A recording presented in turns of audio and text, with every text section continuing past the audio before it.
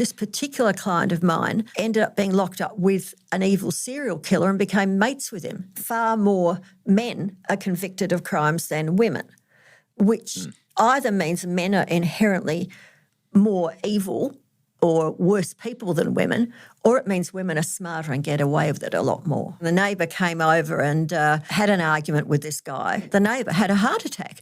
My client found himself charged with murder.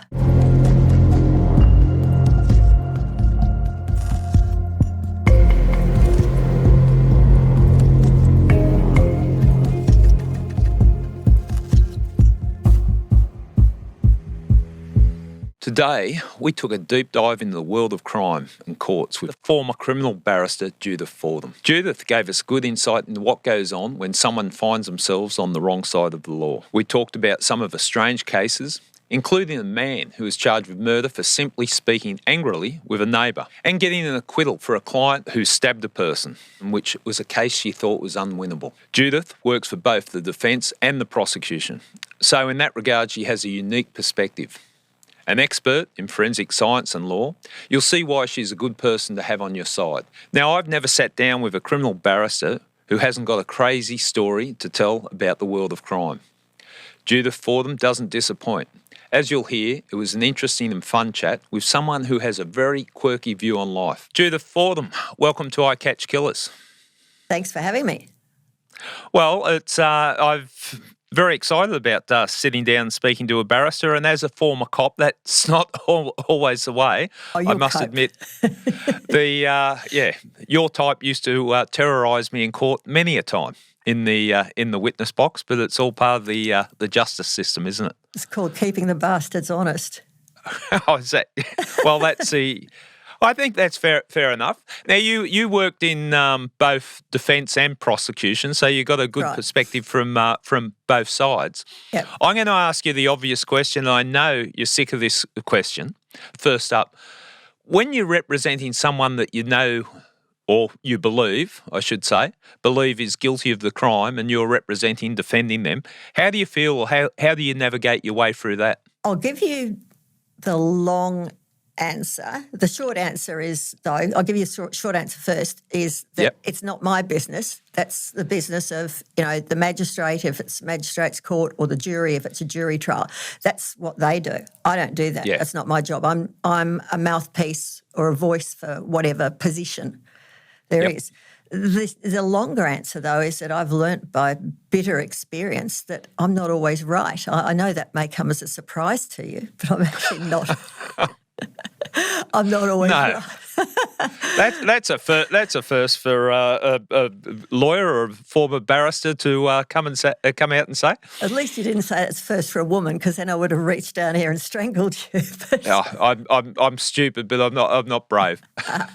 Yeah. So I've had experiences where I've believed my client is as guilty as sin, and things have unrolled where they're actually not. And I was completely wrong, and that's taught me a big lesson. That is, it really isn't my business. If the evidence is stacked against them, I'll say to them, look, don't be stupid. You need to plead guilty, because if you put everyone through a trial for no good reason, you'll get the book thrown at you basically for doing that, or you won't get your brownie points for putting your hand up, basically. Yeah. But no, I've learned I'm not always right. Okay, well, it's probably a good way to approach it, and you've certainly had some interesting cases in your time, and I want to before I start talking about them, the responsibility, whether it be prosecuting or you feel the pressure even more when you're defending someone. How do you deal with that? Because your decisions and your strategies and the way that you, let's say, defend a case could determine the future of this person's life, literally.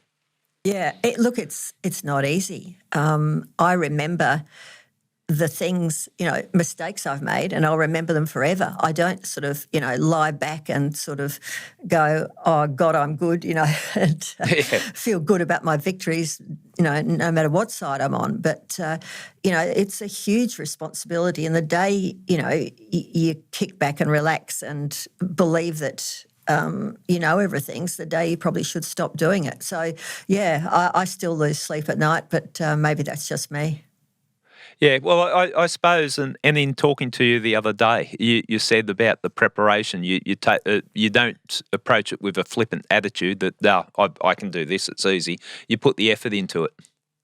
Well, you have to. And I mean, it is all in the preparation, but there's also those unknowns that, you've got to be able to go with the flow. You've got to be able to, if something changes, you can't plan it out and say, all right, these are the questions I'm going to ask, this is what I'm going to do, this is what the person's going to say. You're not in control of what they're going to say back. And so you've got to be able to be, really flexible. And that's something... you've got to trust your gut, and it must have been the same in your job. You have to trust your gut, but you've got to also be able to, abandon what you're going to do and go, this has taken a new turn. Right, just going to have to go with it. I mean, I've had that experience I remember a particular trial, which I know we're going to talk about at some point, which is a shaken baby case where something happened completely out of the blue, and I just sort of waltzed in and asked random questions, not knowing the answer, and saw what developed, and that's frightening there, but part of the job. You said I might have an understanding of. I suppose it's like the interview room, and I was taught, and I learnt from people that mentored me that you got to be flexible in your thinking. Like if you go in with a strategy for an interview, and then it could take a left-hand turn that you didn't expect, you got to think on your feet and be flexible in the way where you take the conversation. Well, you can miss important stuff if you're stuck to, a particular line, and if you miss it, it could do a really, some real damage to finding out the truth. And I know that can sometimes be a flexible concept, I suppose. Yeah. And the justice system sadly isn't really about finding out the truth. It's about two sides going into battle and, somebody wins on the day. But is that the same as getting to the truth? And I think that's the same in police interviews. I mean, I spent a fair bit of time training at people at DTS, Detective Training School. And, I'd be saying to them, look, just because you believe this person did it or this is how it happened, you've got to keep your mind open because you could miss something. And that was sometimes hard for people to swallow because, we know he did it or we know that this is how it unfolded. Yeah. And sometimes the only way I could make that palatable for them would be to say, well, some smart aleck defence lawyer might come up with some other idea and you better be prepared. So isn't it better to be able to say in the witness box, we thought of that, but, we checked it out and it didn't pan out, rather than, I didn't think of that, because, having that sprung on you in court probably isn't very pleasant. And I think from I think from a police officer's point of view, and I've probably done it myself, but if you get stuck into a narrative in the witness box and you're not flexible in your thinking under cross-examination, and I've seen some detectives dig holes for themselves by just sticking to their narrative and not, you as a defence barrister could say, well, is it possible such and such could happen? And the detective, no, well, it is possible, and you've got to be a little bit considerate of the way that you answer and not lock yourself in and just be so stubborn that, you're right, they're wrong. And it is a theatre, the court too. I've got to say that. You got a jury. The jury are forming, and I can't wait till we have the chat in this in the podcast about your experiences examining juries. Yeah. But the juries are forming opinions, and they're forming very human opinions about the way the witness is holding themselves, how they're responding to the answers. So there's a whole range of things that come into the mix, isn't there? Oh, well, you lose your credibility if you sit there like a buffhead and, don't accept something, which is obviously a perfectly reasonable proposition. But you need to take it back too and consider those alternatives in the interview process and the investigation process so that you don't end up in court going, no, that's not possible when it clearly is, because nothing else that comes out of your mouth will be believed then. I like your facial expressions there. I used to get into trouble in court from judges. They used to tell me to stop pulling faces. It's like I'm picturing being in the witness box and answering the question. You go, like, yeah. I can see the impact it would have. Yeah. I want to ask about, there's a lot of cases I want to talk about. I want to talk about the person that was charged with murder for basically talking in an angry tone to his neighbour. Can you just talk us through that case? I think that's an interesting case, and again, it's a lesson for everyone, isn't it? Well, yeah, because you think it can't happen to me or your friend or your mate or your son or your daughter or whatever. You can find yourself tied up in the criminal justice system and charged with a crime, for example, even though, you didn't think it could possibly happen to you. It only happens to other people. Yeah. And this particular case was a guy who had a pretty good party at his place, Barbie out the back and a bit of noise and some loud music. And it went on and on and on. And the neighbour got very upset about it. Understandably, by about 4 a.m, the neighbour was pretty unimpressed. I think he had work the next day. And he complained and he called the cops a couple of times, and, the music would go down when the cops arrived and go back up as soon as they left. You may have attended jobs like that back in the far distant past, I don't know. In the end, 7:30 in the morning, it's still going, and the neighbour came over and, had an argument with this guy, and it came down to a bit of push and shove. Actually, that went both ways, and basically, after some time of this, argy-bargy, those are lawyer words, by the way. I hope you can follow me. Yeah, legal terminology. Yeah. The guy had a heart attack, as in the neighbour had a heart attack. My client, because he became my client, found himself charged with murder. You think, how can that be murder? How could that be? And the prosecution theory was that the stress had caused this guy to have a heart attack, and my client was therefore somehow responsible. Now, you might sit back and possibly even put your own defence hat on there and think, well, hang on a minute, how, aren't you supposed to actually mean to kill somebody if you're charged with murder? Isn't that sort of basic 101? Well, definitely you need that in the proofs of murder.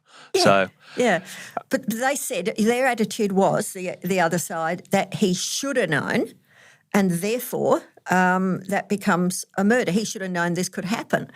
And, my argument from the defence point of view is, firstly, he couldn't have known. The guy wasn't walking around with a sign on his chest saying, if you argue with me, I will, have a heart attack.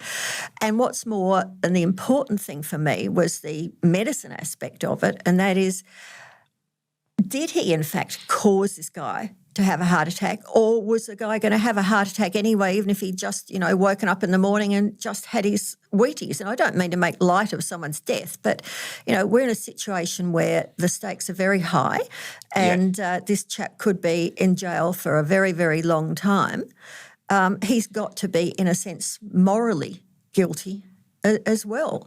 And in the end, they called a cardiologist and to give evidence to say that my chap had medically, scientifically caused the heart attack.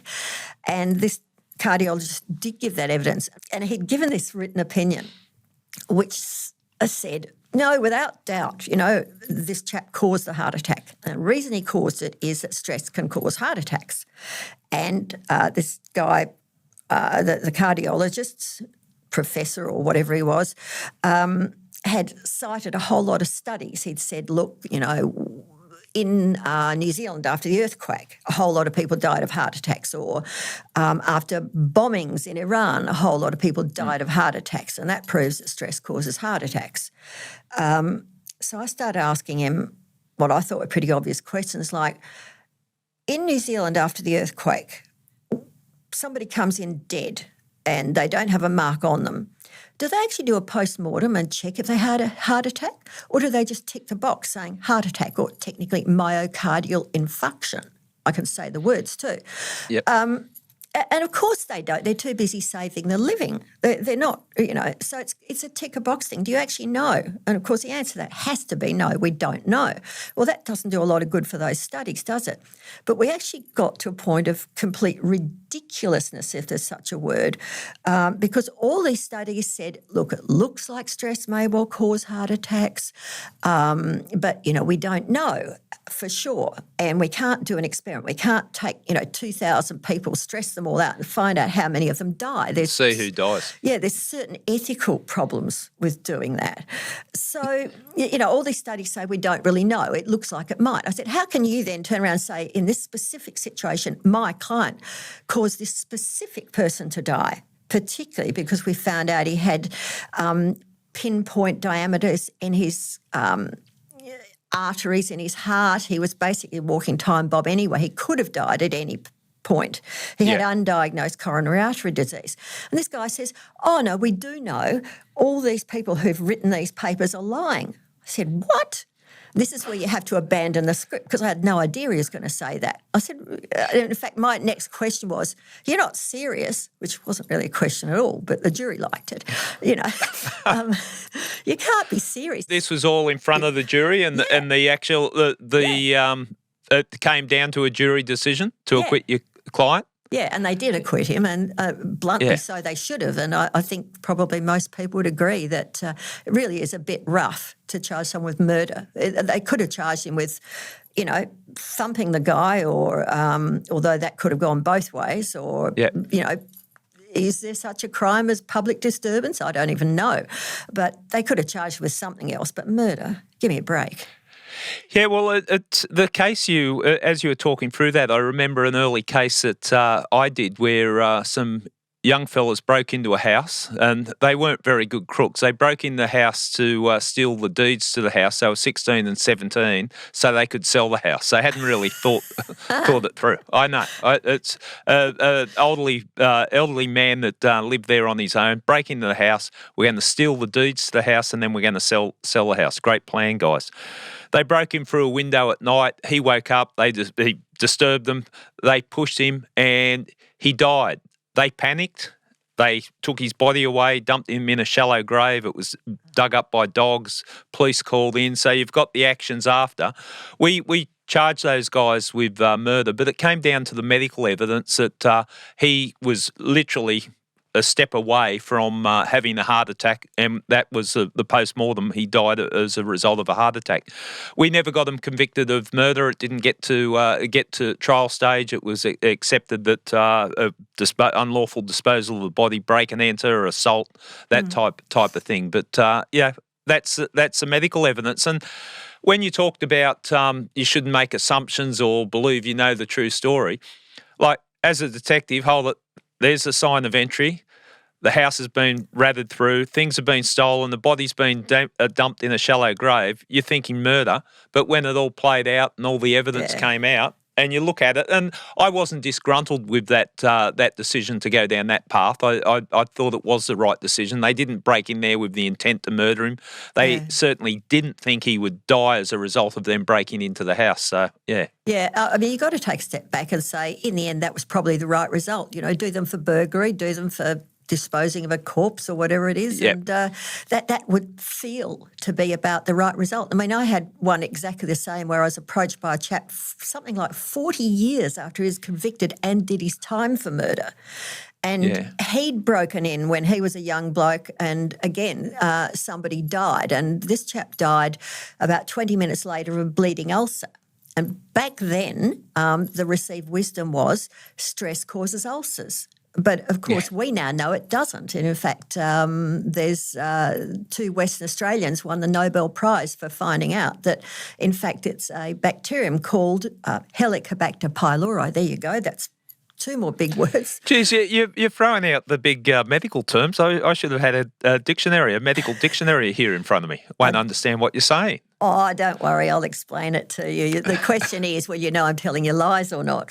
But this guy, no, he died of a bleeding ulcer, and he was convicted of murder, but he wanted to clear his name way, way, way down the track. He'd done the entire sentence. He was convicted, and He'd wanted to join the army, for example, and they wouldn't let him join the army. I found him some help, and we got an affidavit from the Nobel Prize winner saying this, and eventually his name was cleared. I didn't see it all the way through. I just didn't have the resources to do it personally, but he was looked after and his name was cleared.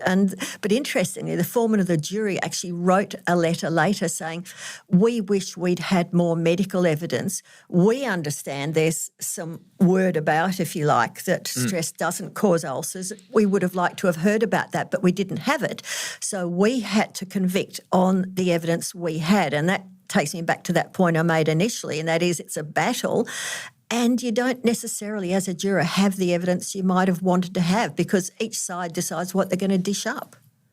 What they're going to present. And with the medical evidence and the leaps and bounds that forensic science is making, things that's in my career that we assumed that's a given, like blood splatter patterns, ballistic evidence. Like a lot of that now we're looking at, and it's not as an exact science as what we believed at the time or what science believed at the time. Well,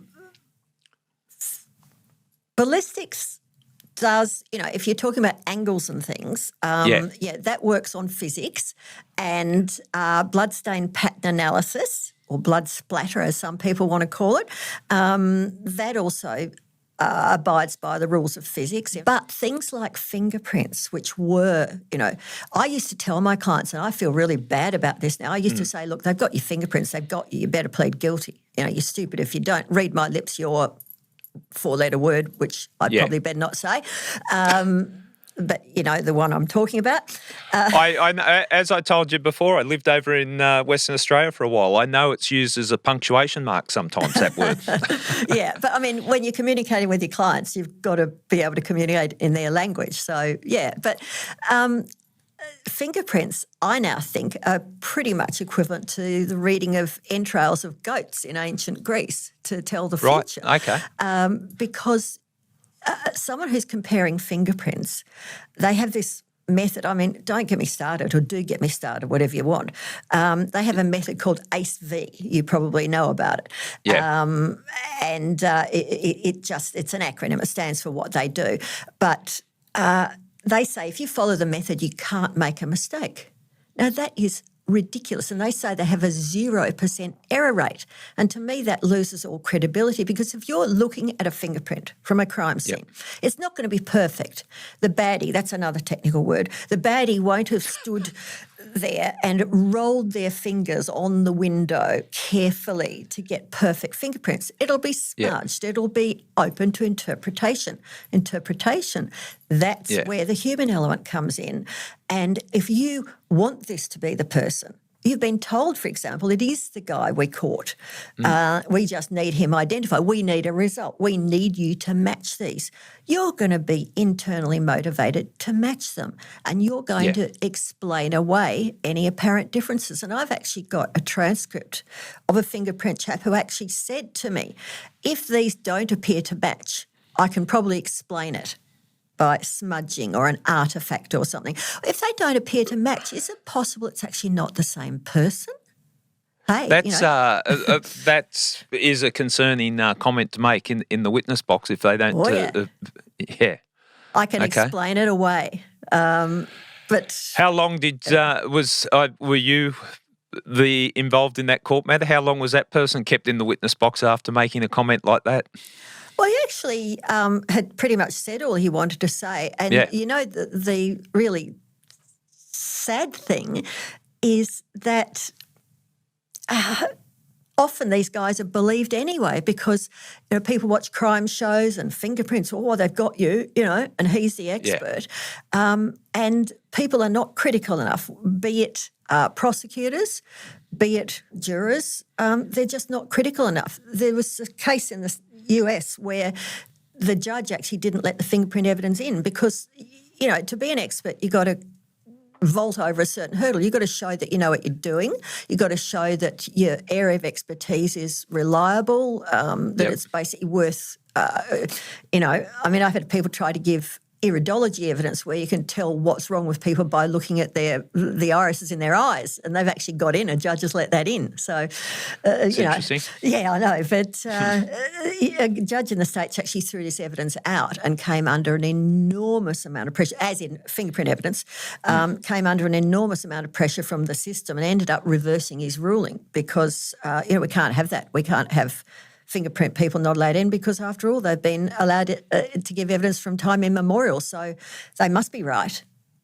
And I would imagine there's a reluctance there to concede that problems were done, because that would open up a lot of cases that would have to be revisited, and a lot of cost and all sorts of things. It would come into play. That would be come into play. Look, subconsciously, I'm sure it does. Yeah. Well, you talk about from a police point of view, when we're using the experts, if it's a medical expert or whatever, we're not informed enough to disagree with them. Now, they're the fingerprint expert or forensic science when DNA came into. We haven't got the skills to dissect. We're looking for an answer. We present the information that comes back with an answer, and that's accepted at court. Well, hang on a minute. Why haven't you got the skills to dissect it? Why can't you ask questions? Why can't you approach it and go, is this gospel or isn't it? I mean, lawyers have to learn those skills. If you're prosecuting, if you're defending, you've got to be able to, analyse it. Why can't the investigators learn those skills? True. But if we're putting ourselves up, we're not the experts. And if we got into the witness box and said we're an expert, and when we're not, that's going to cause a problem. So we go to the experts. Yeah. I think mistakes are often made. You said we can make this fingerprint or justify why this fingerprint's not matching. I think from a policing point of view, what I tried to do was always careful with what information was provided to the expert.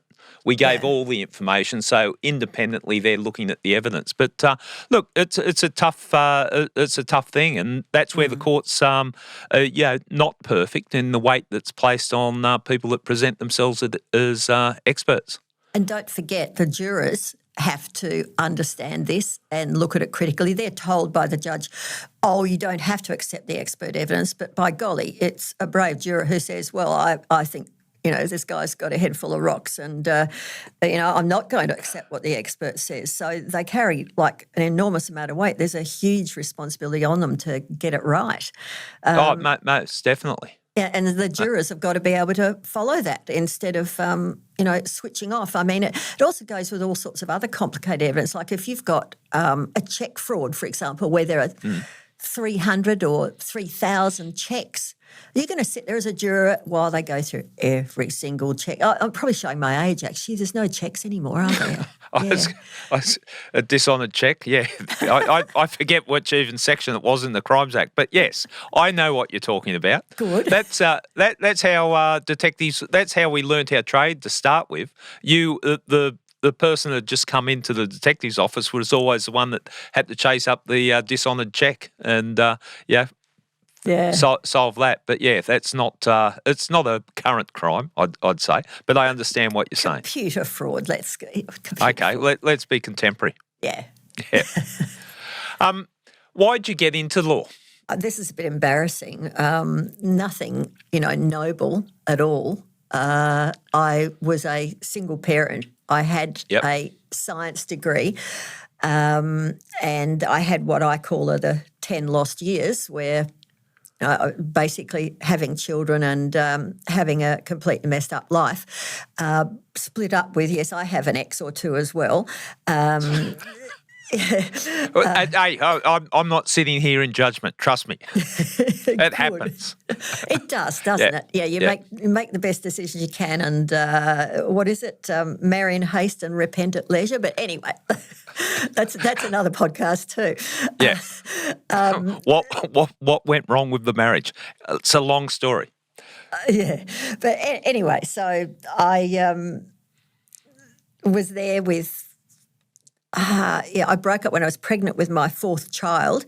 So I was there with 3 children under 5 and one not much older than 5. What am I going to do now? Do I sit on supporting parent benefit as it then was till the youngest one's 18, or do I try and do something useful?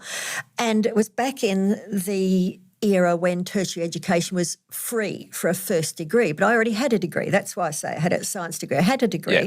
So am I going to get funding to learn anything else? Only if you do law. That's the only second degree the government would basically support you through and let you do. I think mostly because people often did, arts law or, commerce law or whatever. So that's why I did law, because it was the only one that the government would pay me to do. It was that or learn macrame. And who says solicitors are only motivated by money?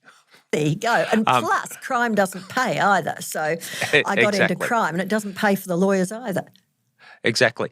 Where'd you grow up, your childhood? Canberra, but don't hold that against me. It explains a lot. You just did. Yeah. It explains a lot.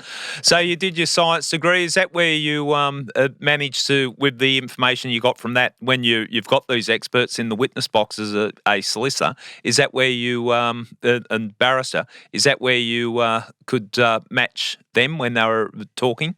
It helps. It helps a lot. And the thing about science is that science always admits that it's uncertain. So, with a science attitude, you have to always be trying to prove yourself wrong. That's how science works, which is a bit different from, we know he did it, so let's gather the evidence to prove he did it. Scientists will never do that. So it helps to be able to understand that mindset. And to be quite honest, I think it's a more healthy mindset than let's gather the evidence, prove he did, and let's ignore or explain away whatever doesn't fit our worldview. So it helped me be able to deal with the science, and it particularly helped me know when the wool was being pulled over my eyes, because just because someone's a scientist doesn't mean that they're necessarily right or, motivated by things other than the truth. So, yeah, it did help a lot. Yeah, I would imagine it would under those pressure situations in those trials when the scientist or the expert evidence comes in and talks at the level that he or she believes no one understands, so they're not going to be questioned. Then you hit them with the hard questions. But like a scientific approach, I know doing external studies, a degree for criminal investigation, that was one of the things that they promoted, a scientific approach to criminal investigations, in that you've got to fact check the information or the line that you're going down. And I was taught that by good detectives too.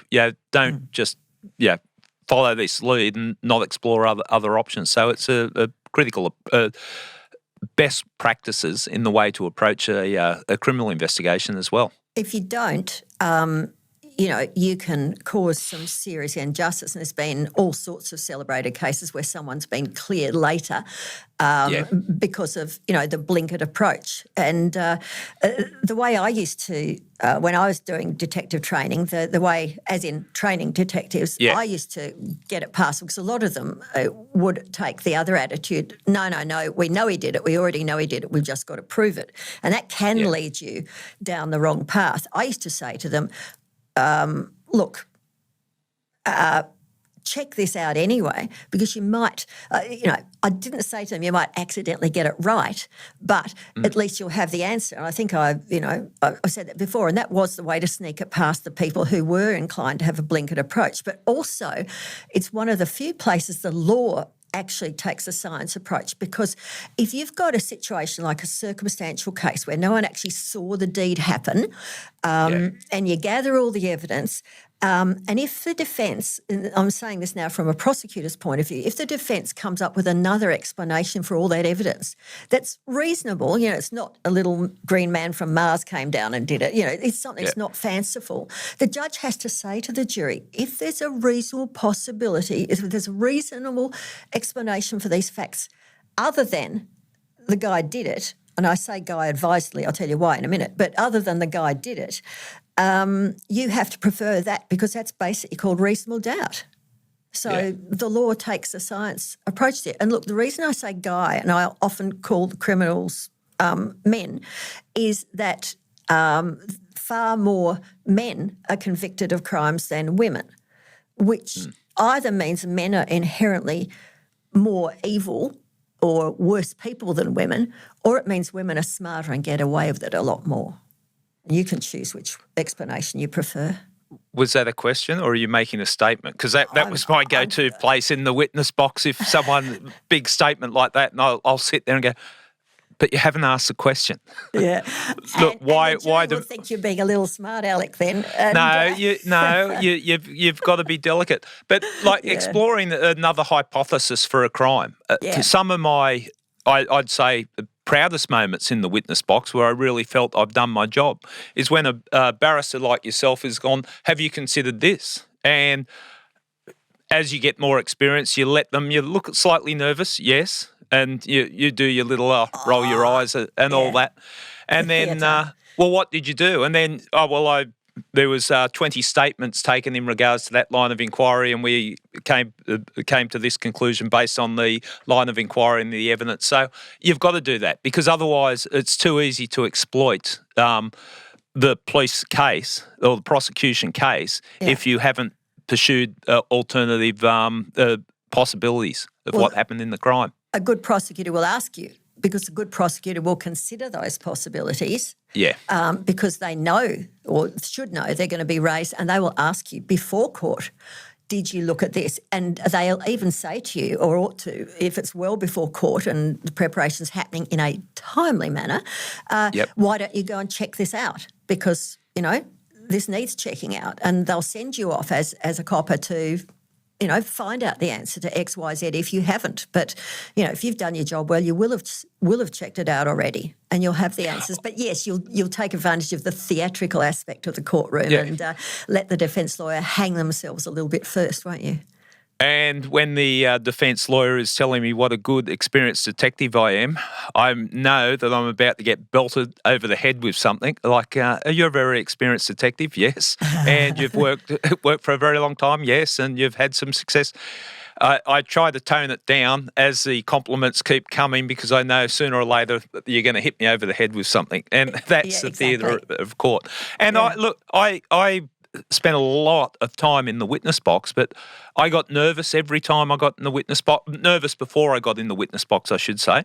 When I'm in there, preparation was crucial. And I think people that say that they're not nervous or when they go in the witness box, this will be fine. The couple of times I've let my guard down, haven't done the preparation, I've got out of the witness box and I look at myself and think you let yourself down and the whole case down there where you haven't done the preparation. You need to prepare before you go in the witness box, don't you? Oh, yeah. That applies to every player. It applies to lawyers too. And, the minute you think you know everything is the time you really should stop doing it. Yeah. Ken, I spoke to you yesterday and I said I could raise this, but back to your life and gives you a perspective on crime because you've been a victim of crime as well. Yep. What sort of, do you care to talk about that or your experiences there and did you have to go through court based on what happened to you? My experience, and it's only been, I guess, relatively recent in my life I've been prepared to talk about this. I've been a victim of crime, yes, more than once, but in particular, let's call it survivor of domestic violence. And I mean, relatively serious, I mean hospital type, hospital admission type domestic violence. And that, I think, gives me a perspective that makes me human. It makes me understand a victim's perspective. I just don't like that word, but it makes me understand a victim's perspective. It also makes me understand from some of my clients as a defence lawyer that there but for the grace of God go I, because, you can look at I can look at certain decisions I've made or paths I've taken where, for example, I could have turned to drugs or alcohol and could have ended up committing crimes. I'm one bad decision away from being a crook. But going back to the domestic violence thing, it certainly taught me an awful lot about life. And I guess in a way it, when I was eventually willing to talk about it, I think it helped a lot of people who heard about it because they can look at me and go, she looks like a big tough lawyer and she looks like a successful woman and, she wouldn't. I just have clients sit in front of me saying, you wouldn't understand because you're a lawyer. It's like, well, actually I do. Yeah. I don't necessarily say that, but I do understand. I do get it. I think it's a hell of a good base to be coming from, but I wouldn't wish it on anybody either. Did I have to go in the witness box? No, I didn't. I have given evidence in court more than once, but back in those days, I rang police more than once, and you probably won't like hearing this, but it was basically the attitude was it was only a domestic. We're not going to put resources into this. You'll probably change your mind and not be willing to give evidence later on anyway. That was the attitude. Yeah, I don't mind hearing that because we've got to reflect on that attitude and the problems I know here in New South Wales. I think it's across the country with domestic violence and the shocking end results where it leads to partners being murdered. But we just it was society. We didn't. It was society's values as much as the police. Police were representing society's values, and there's not a police officer I know that one that has genuine empathy and feelings for victims. We don't look back at those times when we're all in uniform where you go to a domestic and you knock on the door, is everything right? And the man would answer the door and aggressively, there's no problems here, and we just look around the corner and the partner would be sitting there, no, it's all fine, he won't, there's nothing to worry about, and you go away knowing it's going to happen. But that was the accepted practice, and I know here in New South Wales we've changed, and other states where I'm speaking to police, they've become very much aware of it. It was something that we really had to get our act together on. Yeah. Coercive controls. It's come in a few states here, and I think that's a good thing. And if police learn to use it properly, I think it'll be a very powerful tool. But from a prosecution perspective, how are you going to prove coercive control?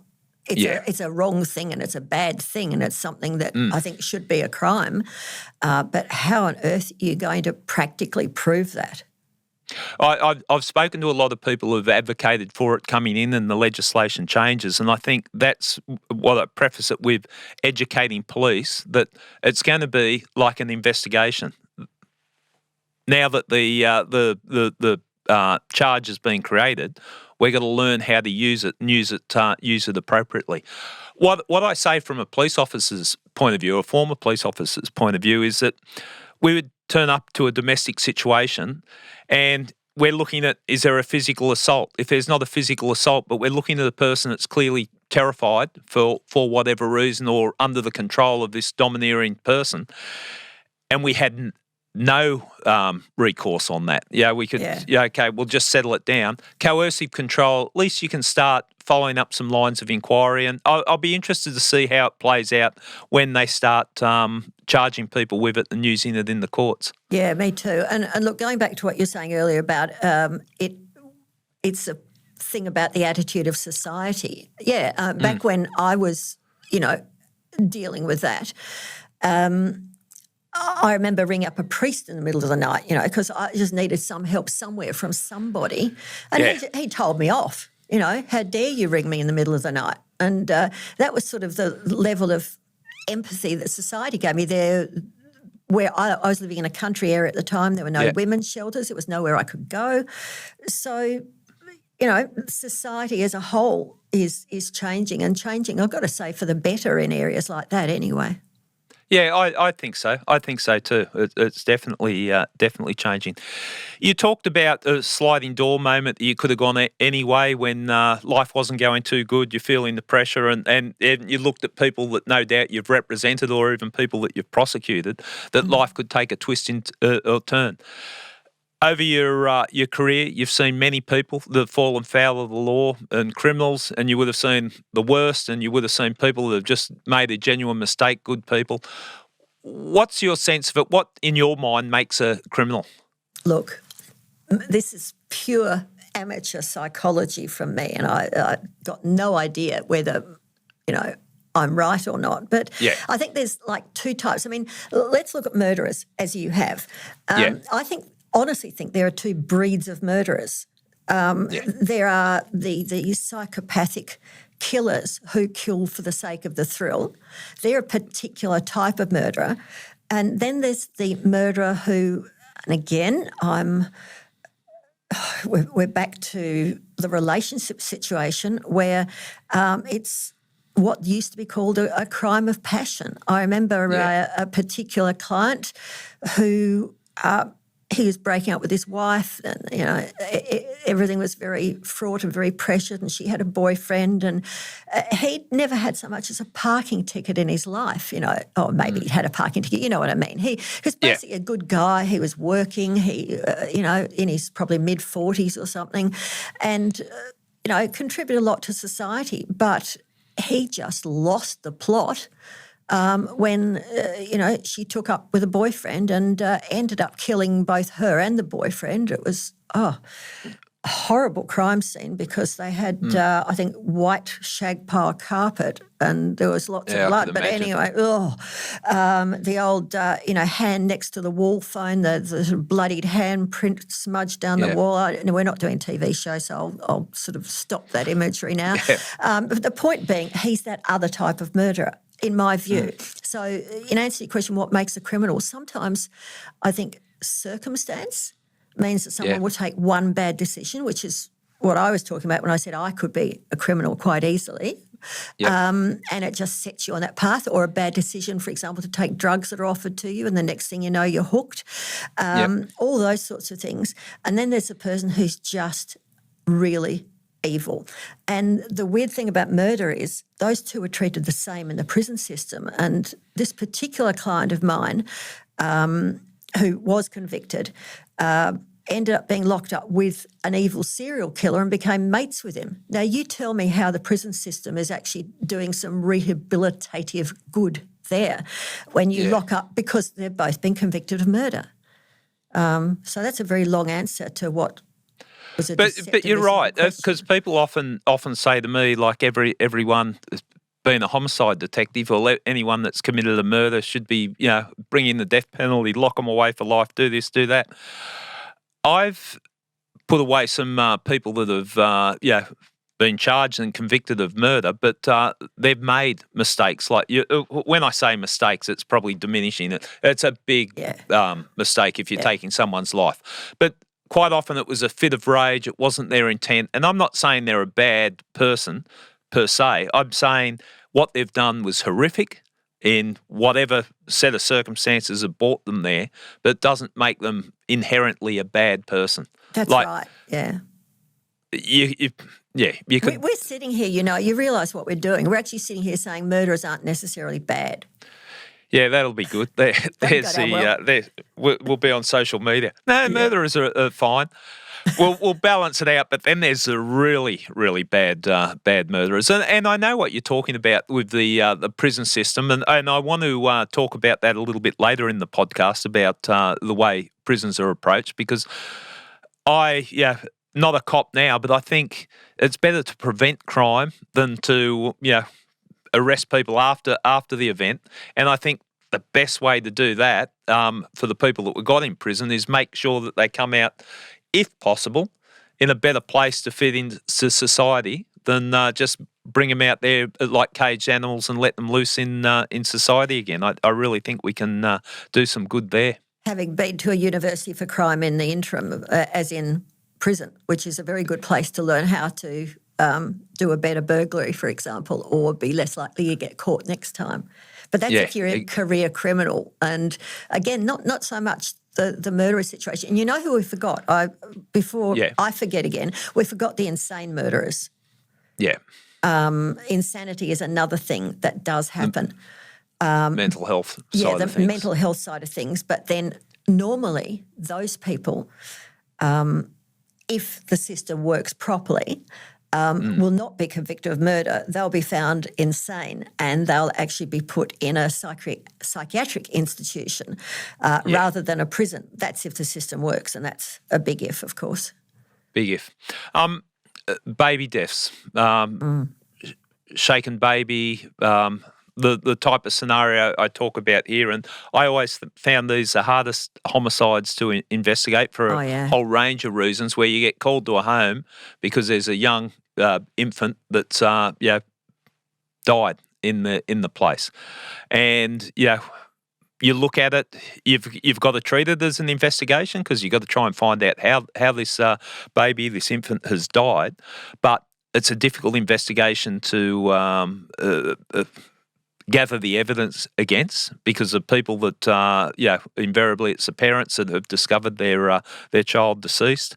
You've got to look at them as potential suspects. You've got to ask the hard questions, and you've got to do the investigation that gets to court. Have you had a lot of experience in matters like that?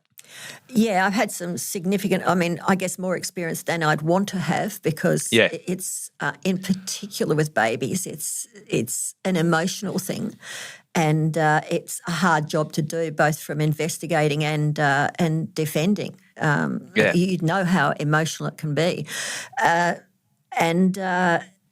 You always have to, from an investigative point of view, treat the last person to see the deceased as a potential suspect. I've had that in situations where, for example, a father's come home to find his daughter deceased, clearly murdered, and he's immediately treated as a suspect, and has to be initially. So he's both grieving the death of his daughter and being treated as a potential perpetrator, a husband coming home to find, or coming to the wife's place of work, for example, and finding her deceased. He's treated as a suspect, and he has to be. You can't argue with that. As a matter of logic, he has to be. But by golly, can you imagine the experience of that person having to be treated as a potential murderer? The baby deaths are, particularly the shaken baby, is a really big deal, still is. Have you defended or prosecuted matters like that in the courts? I've defended matters like that. My prosecuting's mainly been restricted to police prosecuting, which means the lower courts for the prosecuting. There's another story in that too about why I didn't do the more serious ones, and I'd be defamatory, so I'm not going to go there. I like it when the cops come out of court and shake my hand and say, mate, if I'm ever in trouble, I'm coming to you. That's what I like. But look, going back to there is one particular case that's stuck with me forever and always will. And even now I'm listening to a podcast, not yours, but it's okay. Yeah. I've listened to all of yours. I was just going to clarify that. That's you're just waiting for the next one to drop of I Catch Killers. That's okay. You're allowed to listen to others. Yeah. Yeah. I am faithful, so it's good. Let's not go there. Anyhow. I was listening to a podcast, and this topic is still up for debate, and has been for years and years and years. It used to be that doctors are taught in medical school during, say, a particular lecture, and that's probably the extent of their training, that if you have a child, a baby, present with what they call a triad of symptoms, and that's retinal hemorrhaging, as in bleeding in the back of the eyeball, subdural hematoma, that means bleeding under the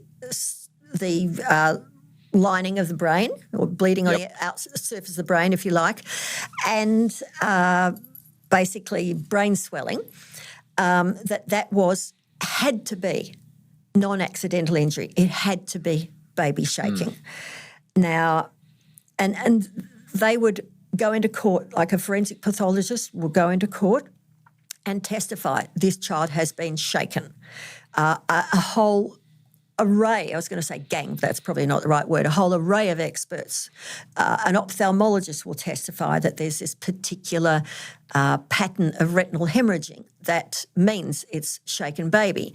The forensic neuropathologist will testify that there are injuries within the brain which show that force has been applied in a certain way. So they'll all get up there, and then the forensic pathologist will say, and these three symptoms mean the child's been shaken.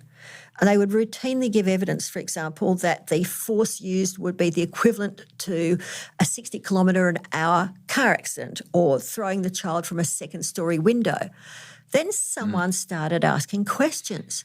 It turns out, for example, that no human being can actually exert that sort of force of a 60 kilometre an hour car accident.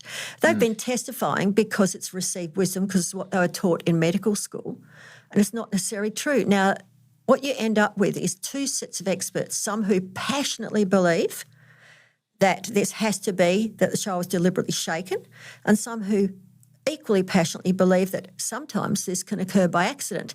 Then you've got the investigators saying, well, how do we determine which it was?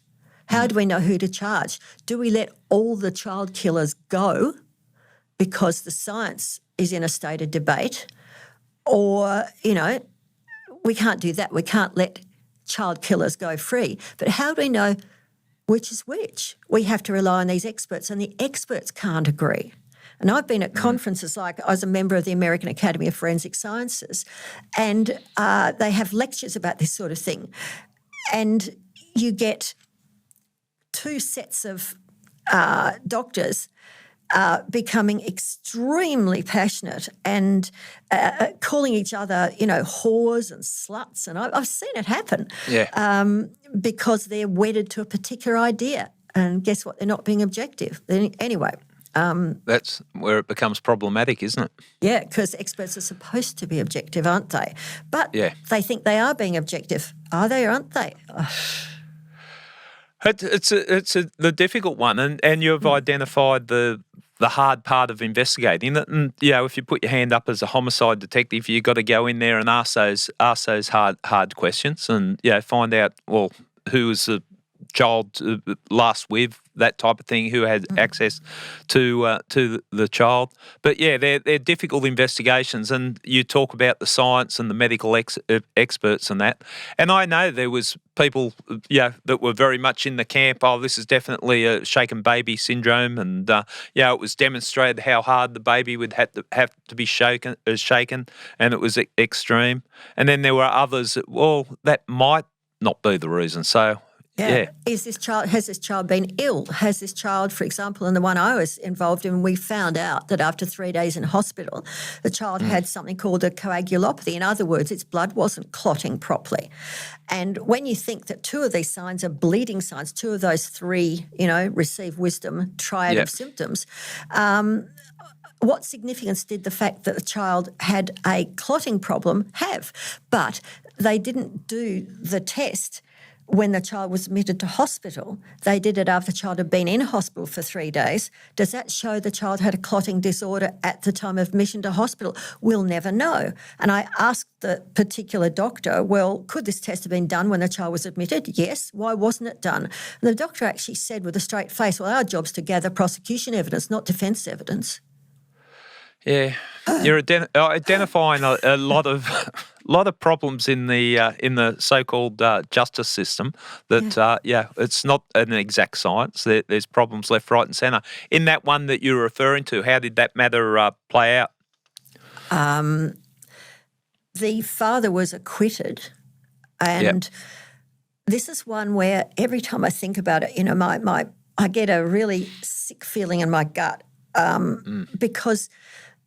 And I'm so not big-noting myself, but if I hadn't known enough to know there were questions to be asked and hadn't known what questions to ask and hadn't known how to investigate it from a defence perspective, I think this guy would have been convicted without doubt. And I just wonder to myself how many other people are being convicted out there like that because someone hasn't wrapped their head around the science. I reckon all lawyers should be taught science, particularly in these days of forensic science. I reckon all investigators should be taught forensic science. Some of my, most